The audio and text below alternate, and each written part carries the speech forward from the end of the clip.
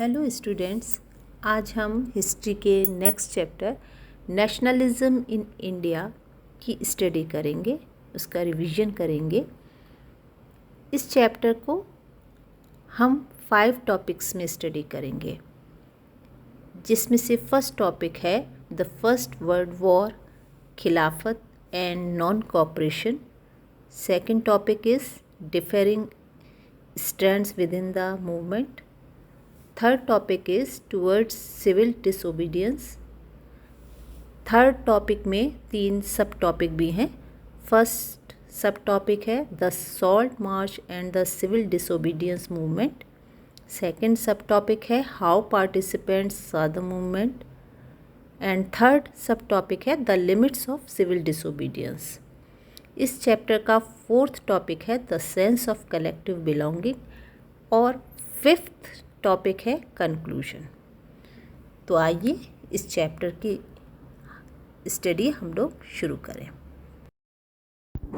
History के first chapter nationalism in Europe में हमने स्टडी की थी कि किस तरह से नेशनलिज्म यूरोपियन कंट्रीज़ में राइज हुआ था।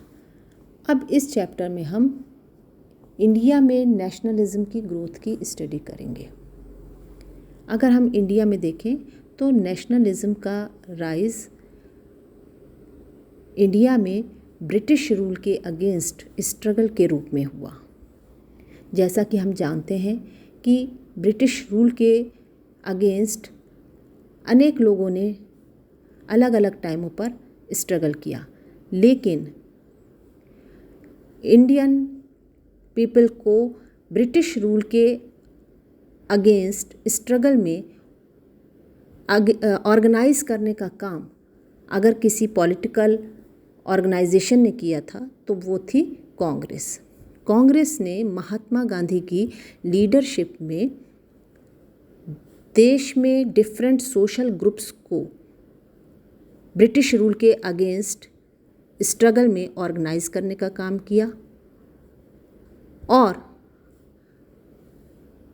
ब्रिटिश रूल के अगेंस्ट डिफरेंट मूवमेंट चलाने का काम किया। अपने इस चैप्टर में हम लोग 1920s के बाद कांग्रेस और महात्मा गांधी की लीडरशिप में ब्रिटिश रूल के अगेंस्ट जो मूवमेंट देश में चलाए गए, स्पेशली नॉन कोऑपरेशन मूवमेंट और सिविल डिसोबीडियंस मूवमेंट, उनकी स्टडी करेंगे। The first world war, Khilafat and non cooperation में हम ये समझने की कोशिश करेंगे कि फर्स्ट वर्ल्ड वॉर के दौरान इंडियन कॉमन पीपल को कैसे हार्डशिप्स का, तरह तरह की परेशानियों का सामना करना पड़ा। जैसा कि हम सब जानते हैं कि इंग्लैंड भी फर्स्ट वर्ल्ड वॉर में पार्टिसिपेट कर रहा था, जिसके कारण उसके डिफेंस एक्सपेंडिचर बढ़ गए थे। इसीलिए उसने इंडिया में टैक्सेस को इंक्रीज़ कर दिया था, जिसके कारण 1914 से 1918 के इस समय पर भारत में, इंडिया में इन्फ्लेशन काफ़ी बढ़ गया था और सभी सामान के प्राइजेस भी काफ़ी ज़्यादा बढ़ गए थे। ये वो समय था जिस समय देश में अनेकों फेमाइंस यानी अकाल पड़े और फसल बर्बाद हो गई, जिसके कारण फूड शॉर्टेज का सामना भी देश को करना पड़ा। यही नहीं, इन्फ्लुएंजा एपिडेमिक यानी इन्फ्लुएंजा नाम की महामारी भी इस समय देश में फैली हुई थी। इस तरह से वर्ल्ड वॉर ने इंडिया में कॉमन पीपल की हार्डशिप्स को काफ़ी बढ़ाया था और इसके साथ साथ ब्रिटिश गवर्नमेंट ने टैक्सेस को इंक्रीज़ करके तथा इन्फ्लेशन को बढ़ा करके भी कॉमन पीपल की हार्डशिप्स को, परेशानियों को और ज़्यादा बढ़ा दिया था। ऐसी स्थितियों में इंडिया में एक नया लीडर आया जिसने कॉलोनियल गवर्नमेंट की ऑप्रेसिव पॉलिसीज़ के खिलाफ स्ट्रगल करने के लिए एक नया आइडिया सामने रखा, सत्याग्रह का आइडिया। ये लीडर महात्मा गांधी थे, जो कि जनवरी 1915 में साउथ अफ्रीका से लौटकर भारत आए थे। जैसा कि हम सब जानते हैं कि महात्मा गांधी ब्रिटेन में लॉ की पढ़ाई कर रहे थे और लॉ की प्रैक्टिस करने के लिए वे साउथ अफ्रीका चले गए थे। वहाँ की कॉलोनियल गवर्नमेंट की रेसिस्ट पॉलिसीज़ के खिलाफ उन्होंने बहुत बड़ा मास एजिटेशन किया था, जिसे उन्होंने सत्याग्रह नाम दिया था। महात्मा गांधी के अनुसार सत्याग्रह का आइडिया पावर ऑफ ट्रुथ पर बेस है, यानी कि सत्य की शक्ति पर बेस्ड है। सत्याग्रह के आइडिया के अंतर्गत एक सत्याग्रही ऑप्रेसिव पॉलिसीज़ के खिलाफ फिज़िकल फोर्स का इस्तेमाल नहीं करता है, बल्कि वह नॉन वायलेंस के थ्रू ऑपरेसर को झुकने पर मजबूर कर देता है। क्योंकि गांधी जी का मानना था कि वायलेंस क्रिमिनल एक्टिविटीज़ को बढ़ावा देता है, जबकि सत्याग्रह में हम ट्रुथ और नॉन वायलेंस के द्वारा ऑपरेसर को झुकने पर मजबूर कर सकते हैं।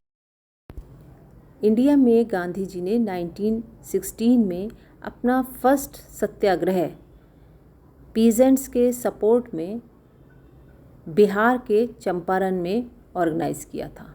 1917 में गांधी जी ने गुजरात के खेड़ा डिस्ट्रिक्ट में पीजेंट्स की डिमांड के सपोर्ट में सत्याग्रह किया था।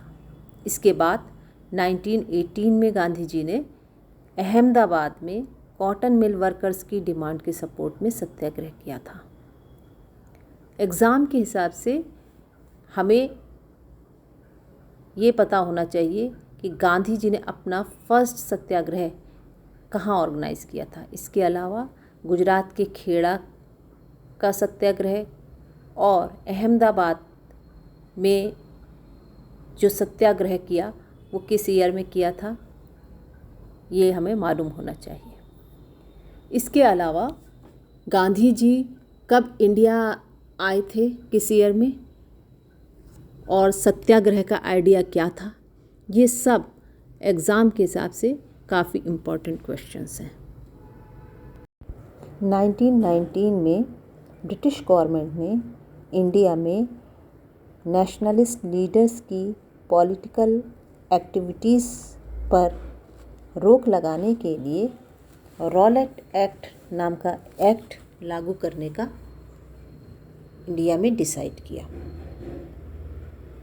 इस एक्ट के लागू हो जाने पर ब्रिटिश गवर्नमेंट को ये पावर मिल जाती कि वो किसी भी पॉलिटिकल प्रिजनर्स को विदाउट ट्रायल 2 साल तक जेल में रख सकते थे।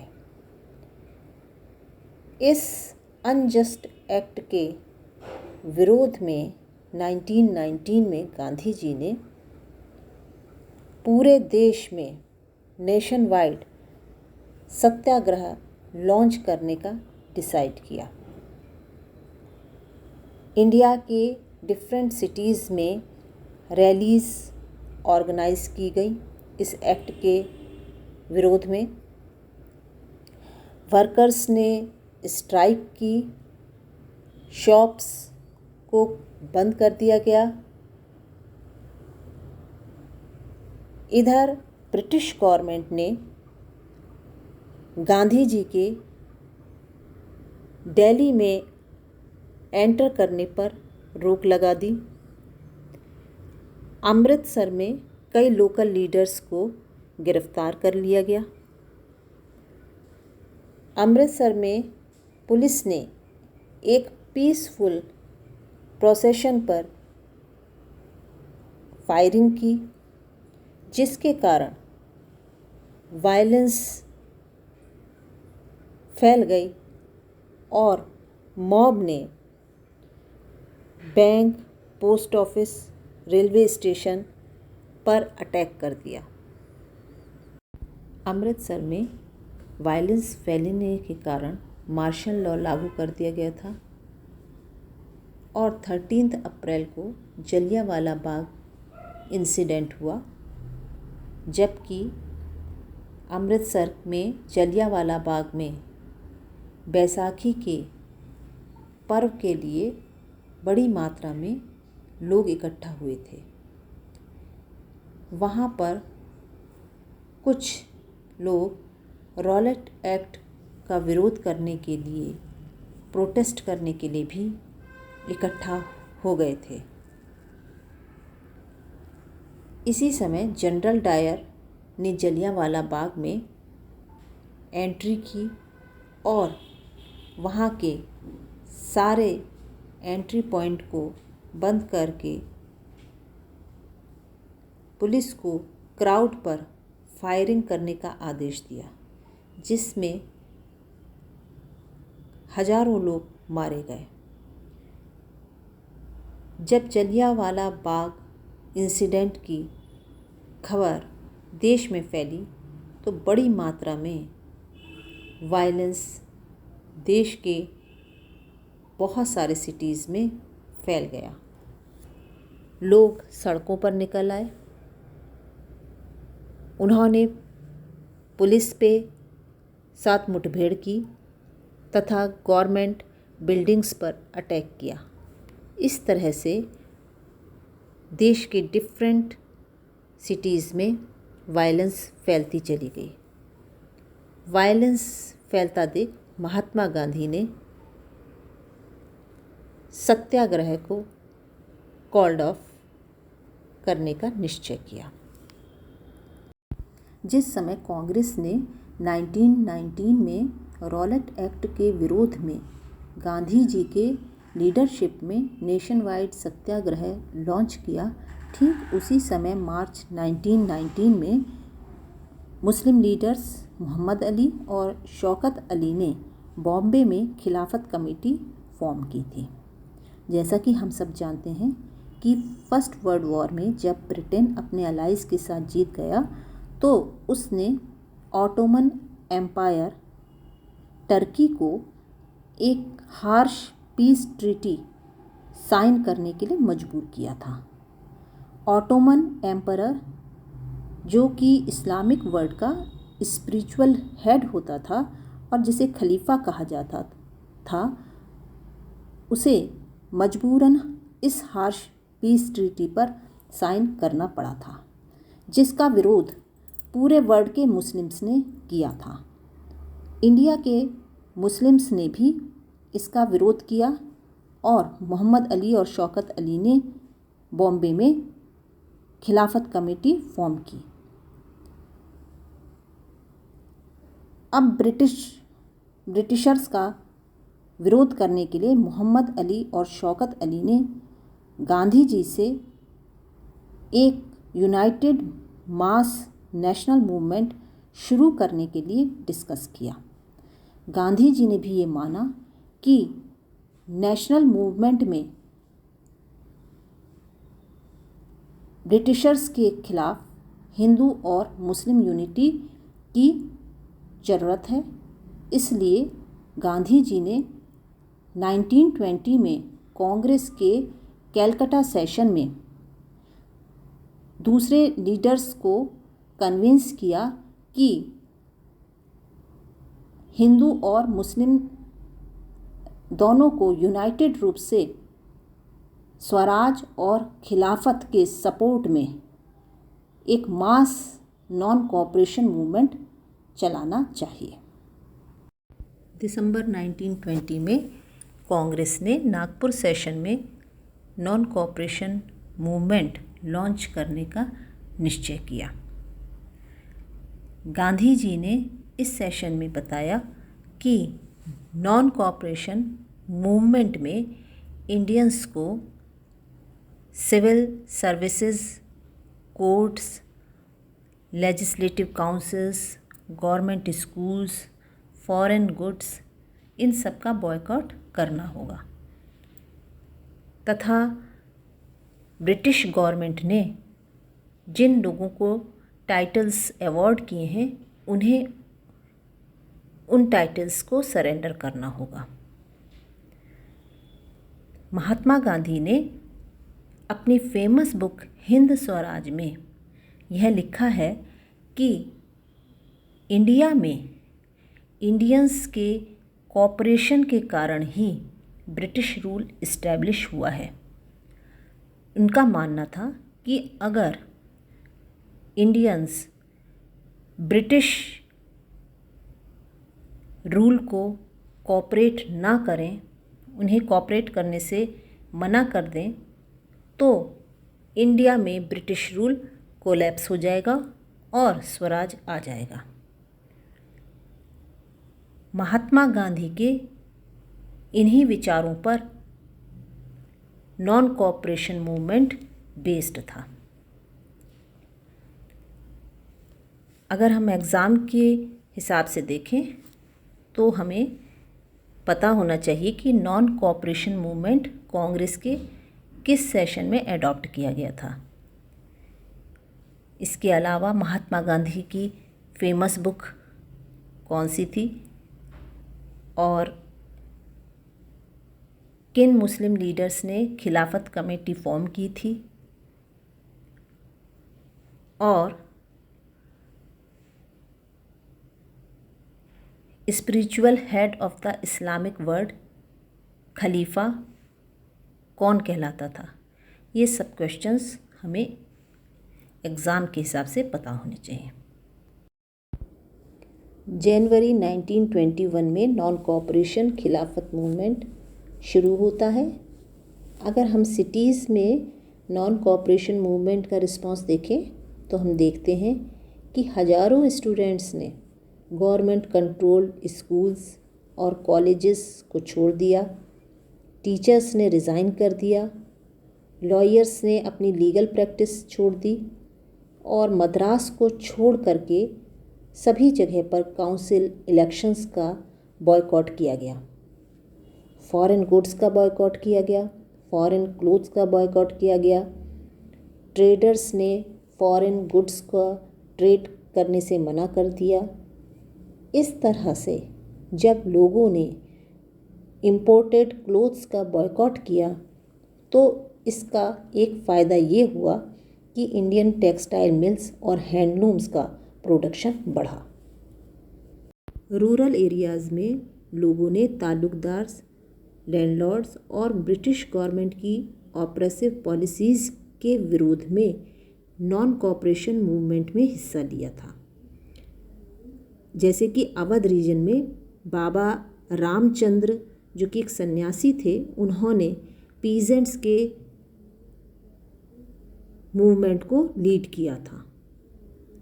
बाबा रामचंद्र और जवाहरलाल नेहरू की अध्यक्षता में इस रीजन में कई जगह अवध किसान सभा सेटअप की गई। अवध के इस रीजन में कांग्रेस ने पीजेंट के स्ट्रगल को नॉन कोऑपरेशन मूवमेंट से जोड़ने का प्रयास किया। इसी तरह से आंध्र प्रदेश में भी ट्राइबल पीजेंट्स ने कॉलोनियल गवर्नमेंट की ऑपरेसिव पॉलिसीज़ के खिलाफ रिवॉल्ट किया था, जिसको लीड किया था एलूरी सीताराम राजू नाम के व्यक्ति ने। सीताराम राजू महात्मा गांधी और नॉन कोऑपरेशन मूवमेंट से बहुत अधिक प्रभावित हुए थे। आंध्र प्रदेश के ट्राइबल पीजेंट्स ने सीताराम राजू के लीडरशिप में ब्रिटिश गवर्नमेंट की ऑपरेसिव पॉलिसीज़ का विरोध करते हुए रिवॉल्ट किया था। इन्होंने पुलिस स्टेशंस पे अटैक किया और जिसमें कई ब्रिटिश ऑफिशियल्स मारे गए थे। ब्रिटिश गवर्नमेंट ने राजू को गिरफ्तार किया और 1924 में उन्हें एग्जीक्यूट कर दिया गया, फांसी की सज़ा दी गई। राजू ट्राइबल्स के हीरो के रूप में स्थापित हो गए थे। इधर असम में भी लोगों ने नॉन कोऑपरेशन मूवमेंट में पार्टिसिपेट किया। हजारों की संख्या में प्लांटेशन वर्कर्स ने प्लांटेशन के काम छोड़ करके चले गए थे। उन्हें पुलिस ने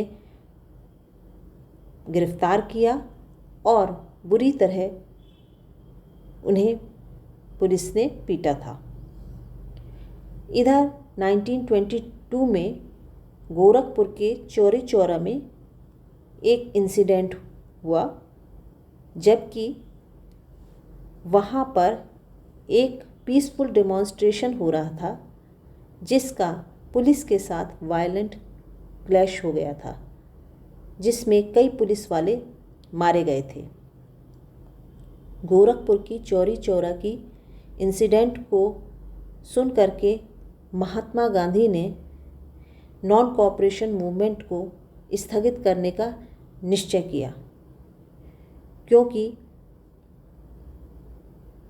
उनका मानना था कि मूवमेंट में वायलेंस होने के कारण अब मूवमेंट को स्थगित कर दिया जाना चाहिए। अगर हम एग्ज़ाम के हिसाब से देखें तो हमें ये मालूम होना चाहिए कि नॉन कोऑपरेशन मूवमेंट को गांधी जी ने किस इंसिडेंट के बाद स्थगित करने का निश्चय किया था। तो 1922 में चौरी चौरा इंसिडेंट हुआ गोरखपुर में। उसके बाद महात्मा गांधी ने नॉन कोऑपरेशन मूवमेंट को स्थगित करने का निश्चय कर लिया था। इस वीडियो में हमने इस चैप्टर के 2 टॉपिक को कवर कर लिया है। अब नेक्स्ट 2 टॉपिक हम अगले वीडियो में कवर करेंगे। आप इस वीडियो को ज़्यादा से ज़्यादा शेयर कीजिए, लाइक कीजिए और इस चैनल को सब्सक्राइब कर दीजिए। Thank you.